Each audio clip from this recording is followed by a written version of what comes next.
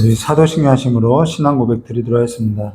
전능하사 천지를 만드신 하나님 아버지를 내가 믿사오며 그 외아들 우리 주 예수 그리스도를 믿사오니 이는 성령으로 잉태하사 동정녀 마리아에서 나시고 본디오 빌라도에게 고난을 받으사 십자가에 못 박혀 주시고 장사한 지 사흘 만에 죽은 자 가운데서 다시 살아나시며 하늘에 오르사 전능하신 하나님 우편에 앉아 계시다가 저리로서 산자와 죽은 자를 심판하러 오시리라. 성령을 믿사오며 거룩한 공예와 성도와 소통한 것과 죄를 사주신 것과 몸이 다해 사는 것과 영원히 사는 것을 믿사옵나이다. 아멘. 좋으신 하나님 아버지, 우리의 소원이 예수를 더 알기 원하는 삶이 될 수 있도록 우리의 삶을 인도해 주시었고, 오늘도 예수를 알아갈 수 있도록 우리의 어두워진 눈을 밝히 볼 수 있도록 주님께서 씻어주시길 간절히 원하오며 기어 계신 예수님의 이름으로 기도드리옵나이다. 우리 찬송가 453장 다 같이 부르도록 하겠습니다. 찬송가 453장입니다.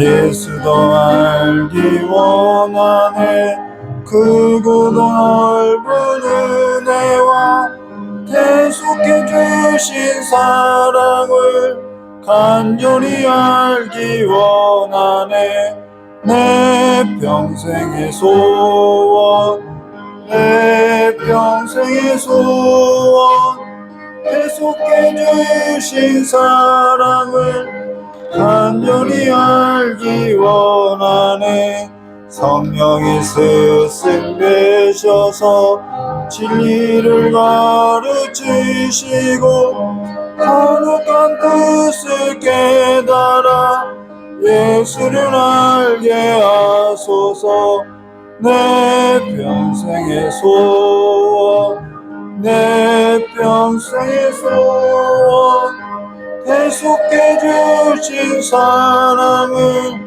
간절히 알기 원하네 성령의 감화 받아서 하나님 말씀 배우니 그 말씀 안절안절히 내 맘에 교훈되도다 내 평생의 소원 내 평생의 소원 계속해 주신 사랑을 간절히 알기 원하네 예수가 계신 보좌는 영광에 둘러있도다 평화의 왕이 오시니 그 나라 완성하도다 내 평생의 소원 내 평생의 소원 계속해 주신 사랑을 간절히 우리 2절 다시 하겠습니다.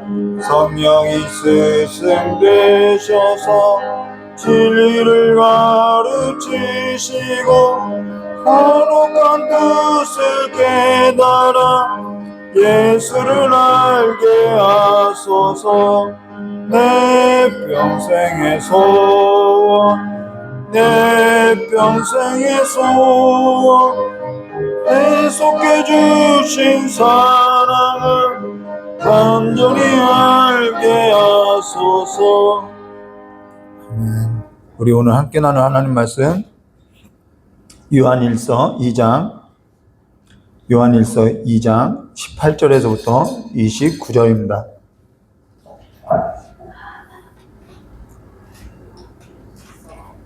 요한일서 2장 18절에서부터 29절입니다. 요한일서가 마치게 되면요, 아니면 디모데 전서를 나누고 있죠, 주일날. 그 두 개 중에 먼저 맞춰지는 걸 가지고요, 먼저 맞춰지는 걸 가지고 에스더서나 아모스서를 함께 나눌 거니까요, 미리 시간이 좀 있으신 분은 에스더서 아모스서를 좀 묵상해 보시기를 묵상해 보시면은 좋을 것 같아요. 묵상해 두시길 바랍니다. 우리 오늘 함께 나눌 거는 요한 1서 2장 18절부터 29절까지입니다. 우리 함께 한 목소리, 함께 한 절 한 절 기도하겠습니다. 제가 먼저 기도하겠습니다. 아이들아, 지금은 마지막 때라. 적그리스도가 오리라는 말을 너희가 들은 것 같이 지금도 많은 적그리스도가 일어났으니 그러므로 우리가 마지막 때인 줄 아노라. 그들이 우리에게서 나갔으나 우리에게 속하지 아니하였나니 만일 우리에게 속하였더라면 우리와 함께 거하였으므로와 그들이 나간 곳에 다 우리에게 속하지 아니함을 알려 함이니라. 너희는 거룩하신 자에게 기름 부음을 받고 모든 것을 아느니라. 내가 너희에게 쓰는 것은 너희가 진리를 알지 못하기 때문이 아니라 영향을 주고 또 모든 것은 주위에서 나지 않기 때문이라. 거짓말하는 자가 누구냐? 예수께서 그리스도이심을 부인하는 자가 아니냐? 아버지와 아들을 부인하는 그가 적그리스도니. 아들을 부인하는 자에게는 또한 아버지가 없으되 아들을 시인하는 자에게는 아버지가 있느니라. 너희가 처음부터 들은 것을 너희 안에 거하게 하라. 처음부터 들은 것이 너희 안에 거하면 너희가 아들과 아버지 안에 거하리라. 우리에게 약속하신 것은 이것이니 곧 영원한 생명이니라. 너희를 미혹하는 자들에 관하여 내가 이것을 너희에게 썼노라. 너희는 주께 받은 바 기름 부음이 너희 안에 거하니 아무도 너희를 가르칠 필요가 없고 오직 그의 기름 부음이 모든 것을 너희에게 가르치며 또 참되고 거짓이 없으니 너희를 가르치신 대로 주 안에 거하라. 자녀들아, 이제 그의 안에 거하라. 이는 주께서 나타내신 바 되면 그가 강림하실 때 우리로 담대함을 얻어 그 앞에 부끄럽지 않게 하려 함이라. 함께 했습니다. 너희가 그가 의로우신 줄 알면 의를 행하는 자마다 그에게서 난 줄 알리라. 아멘. 잠깐 기도하도록 하겠습니다. 좋으신 하나님 아버지, 하나님의 말씀 앞에 섰습니다. 이 말씀이 하나님의 말씀으로 들려지게 해주시고 우리가 의의 가운데 하나님의 의로우심 앞에 살아가는 삶이 될 수 있도록 깨끗하고 정결한 삶이 될 수 있도록 인쳐주시고 날마다 주님 안에서 함께 살아가는 삶이 될 수 있도록 인도하여 주시길 간절히 원하오며 귀하게 계신 예수님의 이름으로 기도드려옵나이다. 예, 요한일서 2장 18절과 29절 말씀 가지고요. 아이들아 지금은 마지막 때라 라는 제목으로 우리 함께 나누도록 하겠습니다. 제 아내하고 이런저런 얘기하다가 어떤 사건이 있었어요. 어떤 사건이 있고 나서 그 사건을 서로 해석하면서 이런 얘기를 했어요. 진짜 말세인 건 말세인데 진짜 우리가 이 말세에서 어떻게 살아야 하느냐? 다른 거 없더라는 거예요. 깨끗하고 정직하게 살아야 하는 거죠. 내가 사업을 하든 내가 가정 안에서 살든 정말 깨끗하고 정직한 길로 가야겠다라는 생각을 했는데요. 오늘 여기도 이제 마지막 때에 있어서, 말세에 있어서 우리 함께 나눌 건데요. 이 마지막 때에 있어서 좀 오해들이 있는데, 또 적그리스도에 있어서 오해가 있는데, 성경은 무엇을 말하는지 우리 함께 나누도록 하겠습니다. 우리가 지금 요한 1서에 있어서 함께 볼 때 좀 이 커다란 구조 가운데서 볼 필요가 있는데, 그거는 다른 게 아니라 신앙이라는 것은 뭐냐면은, 신앙이 뭐죠?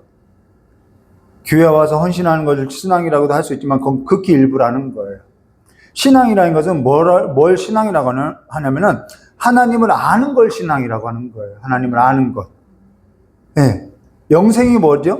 내가 생명이 있다고 할 때 그 생명이 뭐냐는 거예요. 요한복음 17장 3절에 이렇게 말씀하셨어요. 영생은 곧 유일하신 참 하나님과 그가 보내신 자 예수 그리스도를 아는 것이라는 거예요. 하나님을 아는 것이 신앙이고요. 하나님을 아는 것이 영생이라는 거예요. 신앙도 같은 거예요. 그럼 생명을 아는 일이 바로 영생인 거죠. 그럼 영생이 있는 자라는 것은 유일하신 하나님과 그가 보내신 예수를 아는 자라는 거예요. 그것이 영생이 있는 자라는 건데, 영생이 있는 자라는 것은 하나님을 알고 아버지를 알고 또 하나님께서 보내신 그 아들을 알고 또 그를 사랑한다는 거예요. 그러면은 그를 알고 그를 사랑하는 게 뭐냐는 거예요. 우리가 그를 사랑한다는 것이 뭐냐면은, 그를 사랑하는 것이 뭐냐면은, 그를 따른다는 거죠. 사랑하면요, 쫓게 되어 있고요, 따르게 되어 있다는 거예요. 그를 따른다는 것은 또 무엇을 얘기하냐면은, 지금 요한 일서를 이야기하는 거예요. 요한의 커다란 구조를 이야기하는 거예요. 그분을 사랑하는 거 보니 그분은 빛이다. 우리는 빛을 안다. 그분이 빛이라는 걸 알아. 그분을 사랑한다는 거 보니 그분의 계명대를 따르는 거야. 뭐 이런 거라는 거죠. 계속해서 반복해서 이야기로 이어가는 거예요. 그를 따른다는 것은 뭘 말하면 그를 사랑하니까 그를 따른다는 거예요. 그를 따른다는 것은 무엇이냐면은 그에게 우리가 속하여 있기 때문에 그를 따른다라는 거예요.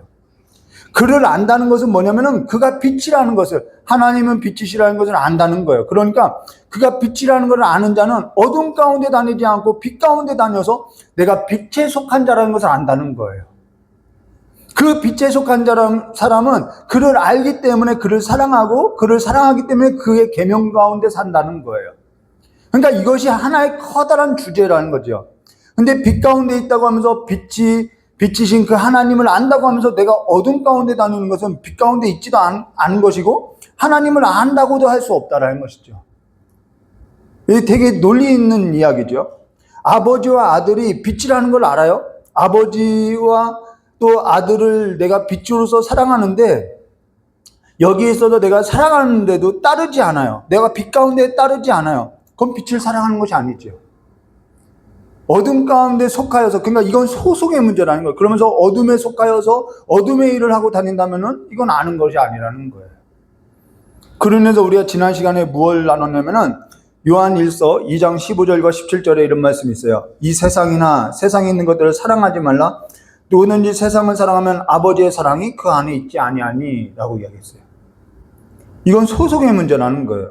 내가 아버지에 속하여 있으면 아버지를 사랑하는 거죠. 이는 세상에 있는 모든 것이 육신의 정욕과 안목의 정욕과 이생의 자랑이니 다 아버지께로부터 온 것이 아니요 세상으로부터 온 것이라. 이 세상도 그 정욕도 지나가되 오직 하나님 뜻을 행하는 자는 영원히 거하니라. 하나님을 사랑하면요 세상을 사랑할 수 없다라는 거예요. 아버지의 사랑이 우리 안에 있기 때문에 우리는 아버지를 사랑한다는 거죠. 그러니까 아버지를 사랑하면서 내가 세상을 사랑하면서 내가 이중적인 삶을 살아갈 수 있느냐? 그럴 수 없다라는 거예요.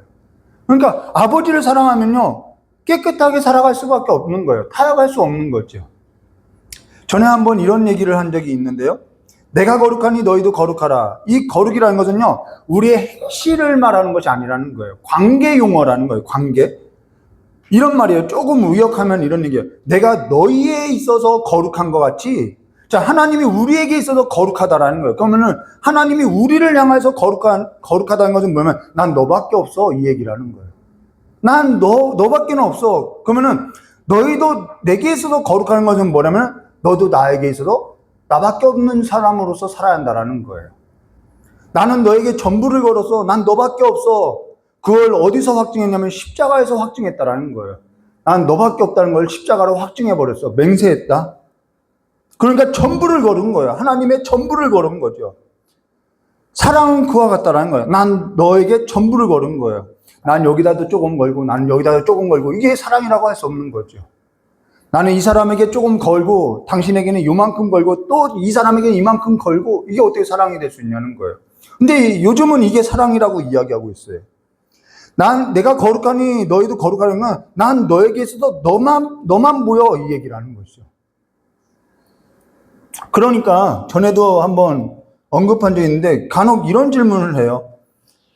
주일에 백화점을 가도 되느냐? 뭐 주일에 가족들하고 여행을 가도 되느냐? 뭐 이런 질문을 해요. 미리 가면 되지 않나요? 그런데 주일밖에는 시간이 없다라고 이해하는 경우가 있죠. 요즘은 어쩔 수 없죠. 그럴 때는 또 그러고 토요일에 좀 일찍 자면 되는데 또 다음날이 주일인 걸 아는데도 늦게 밤까지 놀고 주일에 있어서 이렇게 살아가는 것은 주일을 좀 기억하는 일에 있어서 우리가 좀 소홀히 하고 있다는 것을 우리가 기억해야 하는 거죠. 근데 이사야서 58장 13절과 14절 말씀 보시면 이런 말씀이 있어요. 만일 안식일에 내 발을 금하고 내 성일에 오락을 행하지 아니하고 안식일에 일컬어 즐거운 날이라 여호와의 성일을 존귀한 날이라 하여 이를 존귀하게 여기고 내 길로 행하지 아니하며 내 오락을 구하지 아니하며 사사로운 말을 하지 아니하면 내가 여호와 안에서 즐거움을 어디서요? 당연히 여호와를 사랑하면 여호와 안에서 즐거움을 얻는 거죠. 내가 여호와 안에서 즐거움을 얻을 것이라. 내가 너를 땅의 높은 곳에 올리고 내 조상 야곱의 기업으로 기르리라. 여호와의 입의 말씀이니라. 여기 안식일에 내 발을 금하고 오락을 행치 아니하면이라고 이야기했어요. 이도 전에 한번 언급한 적이 있어요. 이 이사야가 말하는 것은, 그러니까 안식일에는 아무 노동도 하지 말라. 이 거룩한 레위기서의 말씀이죠. 이건 이것도 하지 말고 저건 저것도 하지 말라는 얘기가 아니라, 안식일에 아무런 일도 하지 말고 아무런 노동도 하지 말라는 얘기를 하는 것이 아니라, 혹시 나는 솔로라는 그 프로를 보게 되면은 가장 중요한 것이 있어요. 그게 뭐죠? 슈퍼 데이트권이죠. 아무도 안 보셔서 모르는 표정인데, 나는 솔로라는 이 프로를 보면은 이 슈퍼 데이트권이라는 것이 있는데 그게 제일 중요해요. 왜 그게 제일 중요하냐면 뭐 랜덤으로 만났다가 이 사람 저 사람 알아보면서 만났는데, 이 슈퍼 데이트권만큼은 내가 사랑하는 사람밖에는 쓸 수 없는 거예요. 내가 유일하게 사랑하는 사람에게 쓰는 거예요. 그리고 지금껏 나누지 못했던 그 일에 있어서 서로를 알아가면서 나누면서 서로에 대해서 집중할 수 있더라는 거죠. 이게 슈퍼 데이트권이라는 거예요. 근데 슈퍼 데이트권은 내가 사랑하는 사람에게 있어서 집중할 수 있는 건데, 근데 그걸 얻고도 계속해서 다른 일을 하는 사람들이 있더라는 거예요. 그러면은 아나운서가 그걸 보고 있는 아나운서가 막 속이 막 타들어가는 것 같다라고 이야기해요. 그러면 핸드폰을 보고, 예배 시간에 핸드폰을 보고, 주식을 보고, 뉴스를 보고, 뭐 짧은 영상을 보고, 그러면은 저라도 속이 탈 것 같아요. 저라도 속이 탈 것 같아요. 여기 저와 여러분이 사랑하는 자가 있다고 하면은 보고 있지 않겠냐는 거예요. 집중하지 않겠냐는 거죠. 아니, 슈퍼데이트권을 얻은 사람도 그렇게 사는데, 우리는 그거보다도 더 중요한 것을 주일날 우리는 맞이하고 있는데, 우리가 그걸 써먹지 못한다고 하면 속이 탈 거라는 거예요.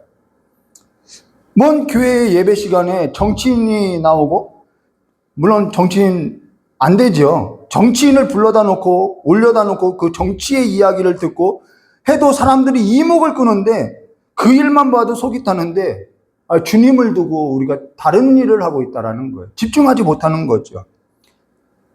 사실 이거는요, 아무 일도 하지 말라는 얘기가 아니라 연인 사이에 있어서 이런 말 할 수 있죠. 너 나만 봐. 나에게 좀 집중해봐. 이런 얘기 할 수 있다라는 거, 그 얘기를 하는 거예요. 안식일에 이것도 하지 말고 저것도 하지 말고 이것도 하지 말라는 것은, 내가 너에게서 그렇게 거룩하니 너도 나에게서 거룩하라는 거예요. 나만 봐. 이만큼 진한 어떠한 교제를 나누자는 거죠. 우리 안에 아버지와 아들이 있어서 알고자 한다면은, 우리 안에 아버지와 아들에 있어서 사랑이 있다고 한다면은, 우리 안에 아버지와 아들에 있어서 사랑이 있다는 것은 무엇을 말하냐면요, 우리 기름 부음이라고 이야기해요. 여기 기름 부음이 뭔가요? 기름 부음. 계속 기름 부음을 어떠한 은사적으로 이야기하는데, 우리 안에 사랑을 넣었다라는 것이 기름 부음이라는 거예요. 간혹 성령에 있어서 기름 부음 역사에 있어서 마치 은사주의로 해석하는 경향이 있는데요. 이 기름 부음을 받았다는 것은요, 어둠의 일을 벗고 우리가 빛을 알고 또 사랑에 있어서 우리가 눈 떠지고 보게 됐다라는 거예요. 아버지의 그 사랑을 우리가 보게 됐다는 거죠. 그러니까 내가 내일 사랑하는 사람에게 있어서 약속이 있다면은, 오늘 다른 약속을 내일 있을 그 약속을 우리가 잡겠냐는 거예요. 내가 내일 사랑하는 사람과의 약속이 있다면은, 그날이 주일이라고 하면은 다른 날 그 사랑하는 사람과의 약속이 있는 날인 걸 내가 기억한다면은, 내가 그날 다른 약속을 잡겠냐는 것이죠. 그러면서 이 기름 부음을 받게 되면요, 우리가 기름 부어달라고 이야기하잖아요. 기름 부음을 받게 되면요, 아버지와 아들을 있어서요, 알게 되고요, 눈 떠지게 되고요, 그분을 더 알아가게 하고자 한다라는 거예요. 구별된 삶을 살게 된다라는 거예요. 우리가 성경 말씀을 읽을 때 누가 예수님의 머리와 발에 기름을 붓냐면은, 사랑하는 자가 사랑하는 자에게 기름을 부어드리는 걸 우리가 볼 수 있다라는 거예요. 기름을 붓는 것은요, 사랑하는 자가 사랑하는 자에게 기름을 붓는 거예요. 근데 그가 우리를 사랑해서 그가 우리에게 뭘 부었냐면 성령으로 기름을 부었다라는 것이죠. 우리가 그 사랑 안에 있어서 그 사랑을 잊게 되면요, 우리가 그를 알고요, 그를 사랑하게 된다라는 거예요. 그를 사랑하게 되면요, 우리는 그를 더 사랑하고자 그를 따르게 된다는 거죠. 그분에게 집중된다라는 거예요. 그래서 구별되게 되는 거죠. 그래서 기름 부음 받은 사람은요, 구별될 수밖에 없다라는 거예요. 그래서 기름 부은 건 구별되는 거예요. 집중하게 되는 거예요. 전에 학교 다닐 때 인간공학이라는 걸 배웠는데요. 인간공학 배울 때 그 인간공학 교수님이 이런 얘기 했어요. 사람이 좋아할 때 달라지는 것이 있는데 그게 뭐냐면은 눈 깜빡이는 횟수가 줄어든대요. 확연히 줄어든다고 이야기하는 거예요. 왜냐하면 집중하게 된다라는 거예요. 그러니까 사랑하게 되면 집중하게 되고, 그렇기 때문에 눈 깜빡이는 횟수가 줄어들고, 그렇기 때문에 사랑하면 피로도가 높아진다라고 이야기하는 거예요. 그래서 연애는 피곤한 거라고 이렇게 이야기하는데, 근데 우리 주님은요, 뭐라고 하면 성경에 졸지도 않고 주무시지도 않는다라는 거예요. 나는 너를 향해서 졸지도 않고 자지도 않는다라고 이야기하고 있다는 거죠. 이런 표현이 주님이 우리를 얼마나 사랑하는지를 이야기하고 있다라는 거예요. 전부. 눈동자 같이 바라본다라는 거예요. 근데 예배에 있어서 기름 부어달라는 것은 달리 말하면 뭐예요? 내가 이 주님 앞에 뭐 하게 해달라는 거예요? 집중하게 해달라는 거예요. 그래서 기름 부음이 없으면요, 예배에 있어서 흐트러질 수밖에 없는 거죠. 예배에 있어서 핸드폰을 보게 되는 일이 오늘날 문제가 많이 되는 거죠. 사랑은 뭐냐면요, 기름 부음이 뭐냐면 뭘로 이어지면 태도로 이어지는 거예요. 태도. 예배드리는 태도, 삶을 대하는 태도, 사람을 대하는 태도, 사랑하는 자를 대하는 태도. 여러분, 사랑하면요, 뭐가 달라지면요, 저 사람은요, 바뀔 수밖에 없는 것이 뭐냐면 사랑하는 자로 인해서 태도가 달라지는 거예요. 우리가 예전에 배운 것은 우리가 이 예배에 있어서 예배의 형식과 예배의 예전을 배우는 것은 형식을 알고자 하는 것이 아니라 사랑하는 자에게 내가 어떠한 자세로서 나가야 하는지 그 태도를 배운다라는 거예요. 근데 예배에서 태도를 무시하고 내 마음대로 한다는 것은, 내 방식대로 한다는 것은 그냥 내 고집을 내려놓지 못하겠다라는 거죠. 말이나 행동 전부 사랑하는 자에게 있어서 어떠한 자세와 태도를 대하느냐, 그 태도를 말한다는 것이죠. 하나님도 같다라는 거예요. 하나님도 같다라는 거예요. 그분도 인격이 있다라는 거죠. 내가 사랑한다고 해서 내 마음대로 내 방식대로 살아가는 것은요, 무례한 거라는 것이죠. 사랑은 무례한 것이 아닌데 무례하게 행하는 거예요. 내가 사랑한다고 하면서 내 마음대로 방식대로 한다면은, 사랑이라는 것은요, 그래서 상대에 있어서 배우고요, 상대를 향해서 내가 노력하는 태도라는 거예요. 그러니까 나는 그 태도 때문에 뭐 하는 거예요? 내 삶을 내려놓게 되는 거죠. 그래서 날 죽이는 태도라는 거예요. 그래서 나를 사랑해서 나를 따르려면 뭐 하라는 거예요? 자기를 부인하라고 하는 거예요. 부인할 수밖에 없는 거죠. 여기 말세에 있어서 그와 같이, 여러분, 왜 이 말세에 있어서 사랑의 이야기를 하냐면은, 말세에는 뭐가 식어가냐면요, 사랑이 식어간다라는 거예요. 하나님의 사랑이 식어가니까요, 세상에 있어서 사랑하게 되니까요, 그러다 보니까요, 하나님께 있어서도요, 내 방식대로요, 내 마음대로 하더라는 거예요. 무례한 거죠. 간혹 저의 자녀들에게 끊임없이 강조하는 것이 뭐냐면, 태도 바르게. 이 태도를 강조하는 거예요. 성적이 중요하지 않아요. 저희 자녀에게 성적을 강요하진 않아요. 그러나 너가 학교 생활하는 데 있어서 지켜야 할 태도는 지켜야 한다고 이야기하는 거예요. 예배 형식을 강조하려는 것이 아니라 하나님을 대하는 태도를 지키라는 얘기를 하는 거예요. 저 사람을 대하는 태도를 기억하라는 거죠. 우리가 기억해야 할 것은요, 지금 우리가 말세에 있어서 무엇을 분명하게 해야 하냐면요, 내가 어디에 소속되어 있느냐, 이 소속의 문제. 내가 그분에게 소속되어 있다면, 내가 그분에게 기름 부음 받았다면, 난 그분을 사랑한다면 나의 태도는 달라져야 한다는 것이죠. 하나님을 대하는 태도, 예배를 대하는 태도 다 달라져야 한다는 거예요. 다윗이 우리가 그죠, 신앙은 누구에게 속하였고 내가 누구를 아느냐의 싸움이라는 거죠. 전쟁이라는 것은 소속의 문제라는 거예요. 전쟁은요, 크기에 있지 않아요? 우리가 이 싸움에서 내가 이겨야 하는 것은요, 내가 돈을 많이 가져야 하고 스펙이 있어야 하고 거기에 있지 않아요. 다윗과 골리앗 싸움에 있어서 분명하게 나오죠. 크기와 창과 방패 어떠한 거에 수에 있지 않다는 거예요. 나는 소속에 있다는 거예요. 이 할례 받지 못한 자, 나는 할례 받은 자라는 거예요. 나 하나님께 속하였다는 것이죠. 그러면 여기에서 우리가 지난 설교에 이어서 우리가 함께 볼 건데요, 18절 말씀 볼까요? 아이들아, 지금 마지막 때라. 적그리스도가 오리라는 말을 너희가 들은 것과 같이 지금도 많은 적그리스도가 일어났으니 그러므로 우리가 마지막 때인 줄 아노라. 자, 두 가지를 강조하고 있어요. 마지막 때라는 거예요. 지금이 마지막 때라. 하나는 적그리스도가 나온다라는 거죠. 그 징조. 자, 지금은 마지막 때라. 자, 말세에 관한 잘못된 시선이 뭐냐면요. 두 가지예요. 뭐죠? 때. 언제 오신데, 그다음 하나는 징조. 전부 어떠한 징조가 있대. 이건 거죠. 때와 징조. 이단이 빠지는 일 가운데 하나가 뭐냐면 잘못된 종말론인데, 이 잘못된 종말론의 모든 시선이 어디에 걸리냐면 때와 징조. 이 때와 이 징조에 대한 잘못된 시선을 가지고 예수님은 언제 재림하느냐, 몇 날, 몇 시에 오느냐, 전부 여기에 때에 관련돼 있다는 거예요. 그리고 예수께서 재림할 때에는 어떠한 일이 일어났느냐, 어떠한 징조가 있느냐, 기근과 처처의 전쟁과 이런 징조를 보는 거예요. 근데 때와 징조에 있어서는 우리가 관심을 들 필요가 없다라는 거예요. 때와 징조에서는요, 우리가 전혀 관심 둘 필요가 없는 일이라는 거예요.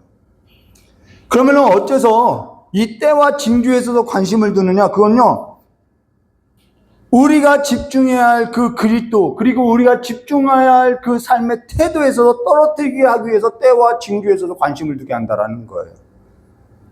딱 그거예요. 그래서 일상을 놓게 하는 거예요. 말세에 나타나는 그 징조를 강조하는 것은 때를 강조하기 위해서 이제는 마지막 때 하면서 이러한 일이 일어나잖아 하면서 그 징조를 강조하는 이 때에 관해서 강조하기 위함이라는 거예요. 그러고 나면 어찌 되느냐, 사람들이 일상을 놓게 돼요. 공부해서 뭐해? 이미 마지막 때인데, 주님 오실 날이 다가왔는데, 이래서 뭐해? 근데 잘못된 종말론에 미혹되면요, 일상에 있어서 앞을 보지 못하니까요, 계속해서 다른 걸 붙들게 되어 있다라는 거예요. 일상을 놓게 되면은 무엇 하냐면요, 예수님께서 다시 올 건데, 이래서 뭐해? 그걸 뭐 하죠? 재산을 갖다 바치고 서로 모여서 주님 오실 날 몇 날 몇이니까 우리 그날까지 주님만 예배하고 하늘만 쳐다보고 있자라고 하는 거예요. 거기서 뭘 받는 거예요? 이 험악한 세상, 이제 말세야 말세, 이런 징조가 있잖아. 어디서 위로를 받아, 여기서나 받지. 다 이런 삶이라는 거예요. 일상을 놓게 되는 거예요. 근데 이런 일에 있어서 전에도 있었고요. 지금도 이러한 일이 일어나는 거죠. 이단이 노리는 것이 뭐죠? 그러고 나서 이 징조와 때에 관해서 이야기하는 그 이단의 논리 가운데 그들이 원하는 것이 뭐죠? 돈이라는 거예요. 결국 돈을 얻고자 하는 거예요. 왜요? 그들이 재산을 다 팔아다가 헌금하니까요. 전에 안산의 모 교회도 그렇지요. 돌나라 그도 그렇죠. 교주들이 전부 원하는 게 이 돈이라는 거예요. 그들이 원하는 것이 돈이기 때문에 말세 징조와 때를 강조하는 거예요. 잘못된 시선을 끄는 거죠. 미혹하게 하는 거죠. 그러게 되면은 사람들은 일상을 놓게 되고 재산을 갖다 바치는 거죠. 부모도 몰라보는 거죠. 내가 지옥 가게 생겼는데 내가 부모 걱정할 일이냐? 일상을 놓는 거예요. 관계를 무너뜨리고요. 직장을 때려치고요. 그리고 나서 뭐 한 거죠? 그들만의 세계 가운데 갇혀서 살게 되는 거예요. 사도행전 1장 6절과 7절 너무 중요한 본문이죠. 그들이 모였을 때, 이제 예수님께서 올라가실 때 하는 말이에요. 그들이 모였을 때 예수께서 여쭈어 이르되 주여, 주께서 이스라엘 나라를 회복하심이 이때니까. 이들도 관심이 뭐예요? 때. 주님께서 회복하심이 이때니까 라고 물어요. 그때 이랬을 때 때와 시기는 아버지께서 자기 권한에 두셨으니 너희가 알 바 아니오 라는 거예요. 우리가 전혀 알 바가 아니라는 거예요. 아버지의 권한에 뒀는데 내가 뭐라고, 내가 하나님이 된 것처럼 아버지의 권한을 가진 자와 같이 내가 왜 이 때에 관해서 이야기하냐는 거예요. 이건 아버지의 권한이기 때문에 우리가 알 바가 아니라는 거예요. 근데 여기에 전부 넘어져 있다는 거죠. 그러고 뭐라 하냐? 어찌 이 성경 말씀, 이 사도행전 1장 6절과 7절 말씀 보고 나면은 그들이 뭐 하죠? 예수님 승천하고 나서 계속 위만 쳐다보고 있는 거예요. 그때 뭐라 하죠? 어찌 위를 쳐다보고 있느냐? 일어나서 뭐라요? 유대와 사마리아에 가서 증인되는 삶을, 일상을 살아가라고 이야기하고 있는 거예요. 어찌 위만 쳐다보고 있냐는 거죠. 근데 이게 배후 세력, 그 악의 영들의 역사이기 때문에 우리는 왜 그걸 믿어? 어째서 그걸 믿지라고 할 수 있으나 이건요, 영의 문제이기 때문에 미혹될 수밖에 없다라는 거예요. 그러면 여기 말세가 뭐냐면은 적그리스도가 있다라는 거예요. 적그리스도. 적그리스도가 뭐냐? 안티라고 하는 거죠. 안티.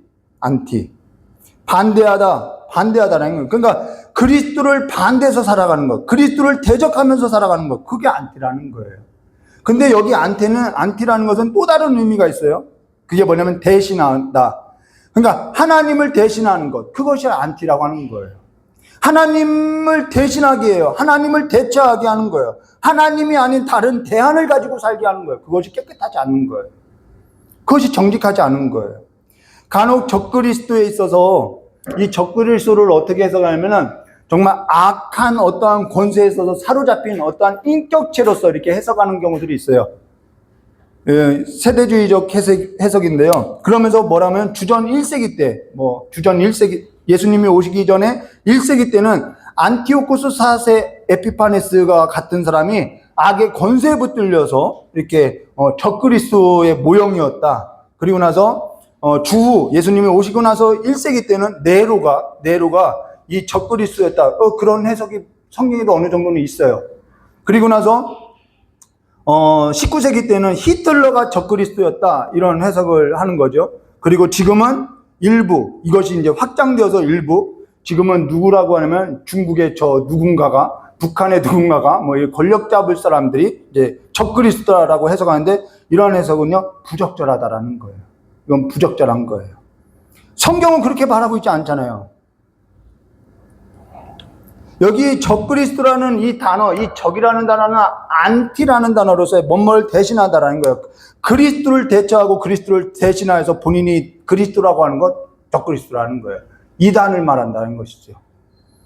교주가 뭐라고 하죠? 본인이 그리스도라고 자칭하는 거예요. 이러한 지금 한국에만 이 그리스도, 자기가 보혜사라고 하는 사람이요, 56명이나 되고 있어요. 지금 얼마나 되는지 더 모르겠어요. 더 늘었다고 하는데. 그러니까 어찌해야 하냐면은 시대가 말세라 하여도요, 우리가 흔들리지 말아야 할 건 딱 한 가지밖에 없어요. 말씀에는 답이 없다라는 거예요. 그 얘기를 하는 거예요. 어제나 오늘이나 내일이나 영원토록 동일한 것은, 변함없는 것은 말씀에 밖에 없다라는 거예요. 성경 말씀에는 없어요. 우리 안에 그 말씀이 있으면은요, 우리 안에 생명의 말씀이 있는 자라는 것은요, 그 말씀을 사랑하고요, 그 빛을 사랑하고요, 빛을 따라서 빛 가운데 행하기 때문에 흔들리지 않는다라는 거예요. 이 말씀이 있는 사람은 흔들리지 않아요. 근데 왜 이 진교와 이 때에 있어서 이 적그리스도, 이 안티, 내가 예수다, 내가 자칭 보혜사다 하는 그들에게 왜 미혹되느냐? 내 안에 말씀이 없다라는 거예요. 말세에 왜 흔들리느냐? 내 안에 말씀이 없어서 흔들린다라는 거예요. 미혹되고 있다라는 거죠. 그 속에 진리가 있고 그가 진리에 있어서 사랑하고 진리 가운데 행하면은 우리가 흔들리지 않는다라는 거죠. 그러면서요, 말씀 강조하는 이유가 뭐냐면은 흔들리지 않게 하기 위함이라는 거예요. 진리 가운데 행하는 자는요, 여러분, 진리 가운데 내가 있다고 하면은, 내가 소속을 분명히 하고 있다면은 주님 오실 것이 뭐가 그렇게 두려운 일이냐? 그럼 난 주님 오실 때 더 내게 주어진 그 일상을 향한 나의 태도가 어떻게 하냐면 충성되어야 하는 거죠. 그래서 이 이야기를 하는 거예요. 내 안에 말씀이 있으면, 말씀을 사랑하면요, 오늘 주어진 이 한 시간의 일상인도요, 나는 이 태도를 바르게 하고 정직하게 밖에는 살 수 없다라는 거예요. 현실에 있어서 놓고 살아가는 것이 아니라는 거예요. 하나님 외에 다른 신을 두거나 하나님 외에 다른 걸 대체하는 일이 없어요. 하나님 외에 다른 걸 두지 말라 할 때 이 다른 걸 두는 걸 뭐라고 하면 안티라고 하는 거예요. 하나님을 대신할 것이 없는 거예요. 그로 인해서 19절에 이렇게 말씀하죠. 그들이 우리에게서 나간 것은 그들은 나갔다라고 이야기해요. 왜요? 보았더니 그들이 가짜더라는 거예요. 그래서 19절에 그들이 우리에게서 나갔으나 우리에게 속하지 아니하나니 만일 우리에게 속하였더라면은 우리와 함께 거하였으나 그들이 나간 것은 다 우리에게 속한 것이 아님을 나타내려 합니다. 여기 하나님께 속하지 않았다는 걸 이야기해요.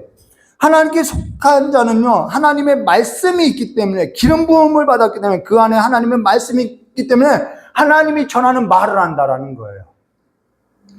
근데 여기 그들이 우리에게서 나갔으니라는 것은, 나갔다는 것은 두 가지 의미가 있어요. 하나는 떨어져 나갔다는 거죠. 다른 하나는 드러냈다. 뭘 드러냈냐? 그가 하나님께 속하지 않은 것을 드러냈다라는 거예요. 우리는 저가 하나님이 속하여서 있는 줄 아는데, 알고 봤더니 하나님께 속하지 않은 것이 드러났구나. 이런 거죠. 나중에는 전부 드러나게 되는 거예요.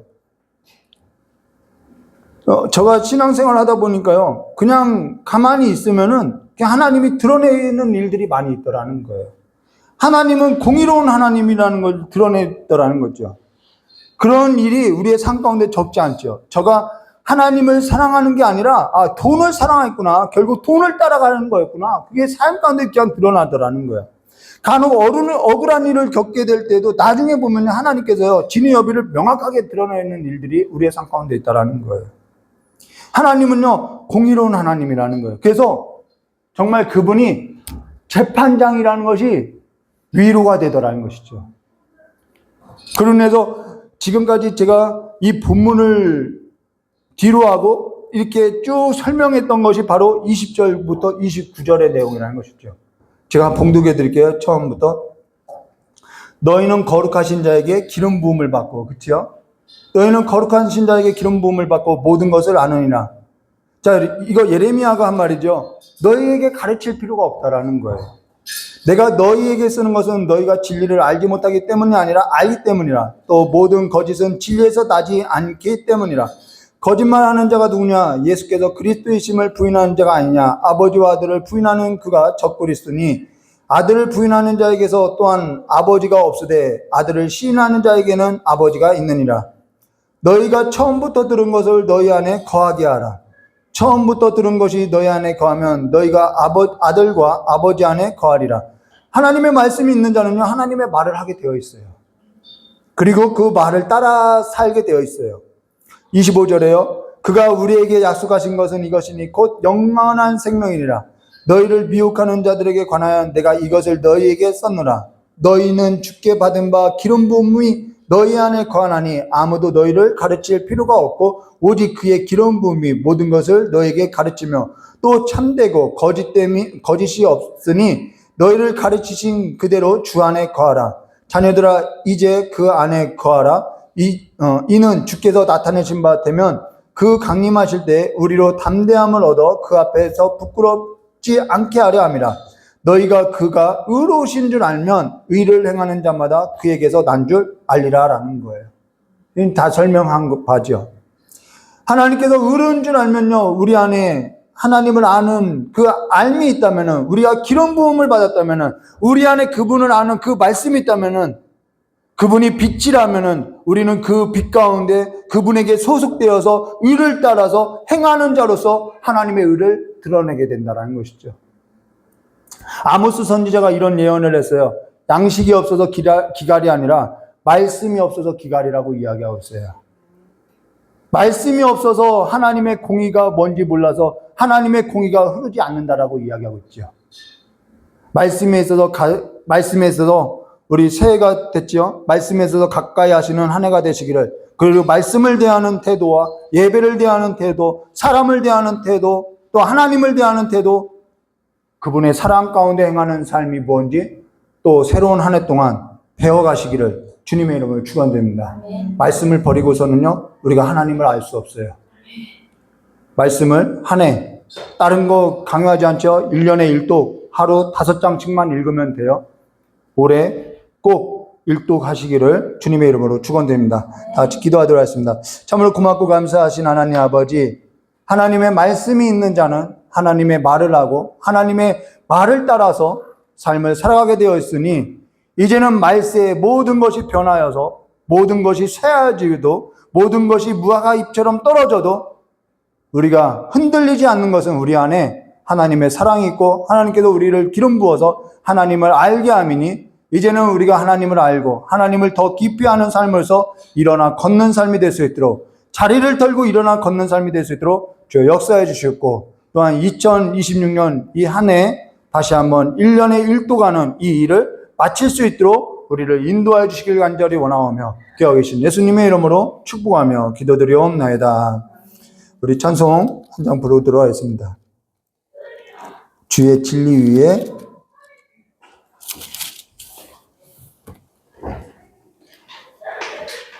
358장 부르고 우리 기도하도록 하겠습니다. 358장입니다.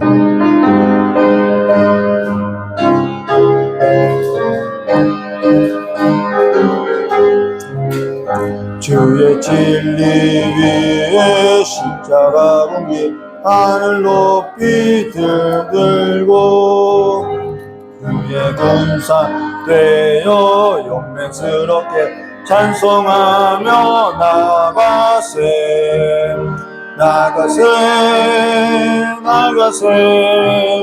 주 예수만을 위하여 목숨까지도 바치고 싸움 떨어나가세 원수들이 비록 강할지라도 주의 군기 붙잡고 주의 진리 위에 용하여 분발하여 싸우세 나가세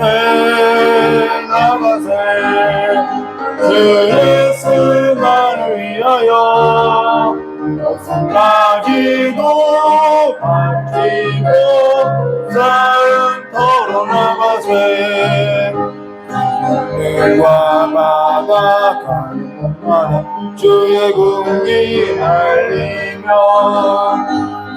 고도 기쁜 승리의 소식 온 세상에 전하세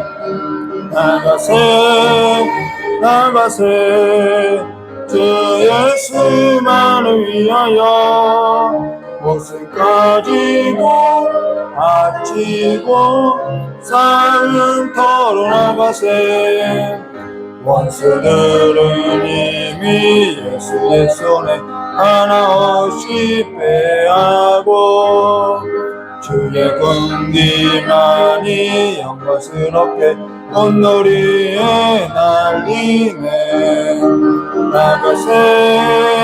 나가세 주 예수만을 위하여 목숨까지도 바치고 산 걸어 나가세. 우리 이 시간에 잠깐 기도할 건데요, 올해 새롭게 시작하는 한 해 주님을 더 알고자 한다고, 그리고 말씀을 더 가까이 하는 삶으로 인도해 달라고 우리 이 시간에 결단하고 하나님 앞에 잠깐 기도하고 돌아가도록 하겠습니다. 좋으신 하나님 아버지와 말세에 하나님을 사랑하고 이웃을 사랑하는 하나님의 계명을 따르는 삶이 식어질 때 오니 아버지와 우리가 이제는 하나님을 알아가고자 말씀을 가까이 하고 진리에서 서는 삶이 될 수 있도록 아버지와 다시 한번 이 시간에 우리가 다시 한번 주님 앞에 결단하게 하시옵고 마음을 정하게 하시고 주님 앞에 나아가는 삶이 될 수 있도록 역사해 주시길 간절히 원하고 하나이다. 하나님을 사랑하게 해주셨고 하나님의 말씀을 붙들게 해주셨고 하나님의 사랑 가운데 나가는 삶으로서 빛 가운데 행하는 삶으로서 흔들리지 않는 하나님의 그 삶 안에서 살아가는 반석 위에 세워지는 삶으로서 나아갈 수 있도록 우리를 붙들어 주시길 간절히 원하고 합니다. 이제는 하나님의 말씀을 제쳐두고 아버지여 내 방식대로 내 삶대로 신앙생활하는 것이 아니라 하나님께서 말씀의 빛을 비춰주는 그 삶대로 생명 있는 삶으로 나아갈 수 있도록 우리를 붙들어 주시었고 이 시간에 다시 한번 하나님 앞에 결단하고 내가 다른 것 하나님이 아닌 그 다른 것을 두는 삶이 아니라 하나님 맡기는 내 삶에 두는 일이 없도록 주님께 역사해 주시었고 다시 한번 우리의 그 마음과 이 시간에 예배와 우리가 아버지 앞에 살아가는 그 삶의 태도를 아버지와 그리스도 예수 안에서 배워가는 삶이 될 수 있도록 새롭게 해주시길 간절히 원하오며 기도하겠습니다. 예수님의 이름으로 축복하며 기도드리옵나이다. 조신 하나님 아버지, 주께서 우리를 정말 극진히 사랑하셔서 우리에게 성령으로, 그것도 성령으로 기름 부어주셔서 우리를 사랑하시고 우리에게 말씀을 넣어주시고 또한 그 말씀을 우리에게 사랑하게 하셨사오니 이제는 우리가 하나님을 사랑하는 방법을 말씀 가운데 배우고 하나님 앞에 더 나아가는 삶으로서 살고자 하오니 아버지 우리를 붙들어 주시었고 우리를 인도하여 주셔서 하나님을 사랑하는 태도가 바뀌어지게 해주시고 말씀을 대하는 태도나 예배를 드리는 태도나 하나님을 사랑하는 그 삶 가운데 살아가는 삶의 태도가 변하여 하나님의 의로우신 그 하나님 앞에서 살아가는 삶에 있어서 부끄러움 당하지 않도록 주님께서 지켜 보호해 주시었고, 또한 오늘 아버지 앞에 나와서 예배드리는 우리 어린아이들이 아버지 어렸을 때부터 하나님의 말씀을 사랑하는 삶이 될 수 있도록 주여 복을 내려주시길 간절히 원하옵고, 또한 이 자리에 참석하지 못하고 영상으로 예배를 드리는 아버지 우리 귀한 권사님의 삶의 자리도 주님께서 복을 내려주시었고, 자녀들의 삶 가운데도 하나님께서 함께해 주시길 간절히 원하오며 기억하 계신 예수님의 이름으로 축복하며 기도드리옵나이다. 우리 주님 가르쳐 주신 기도로서 금요 말씀 기도에 마치도록 하겠습니다. 하늘에 계신 우리 아버지여, 이름이 거룩히 여김을 받으시며 나라의 임하오시며 뜻이 하늘에서 이루어진 것 같이 땅에서도 이루어지리라. 오늘 우리에게 일용할 양식을 주옵시고 우리와 우리의 죄진 자를 사하여 준 것 같이 우리 죄를 사하여 주옵시고 우리를 시험에 들게 하지 마옵시며 다만 악에서 구하옵소서. 대개 나라와 권세 영광의 아버지께 영원히 싸움나이다. 아멘. 감사합니다.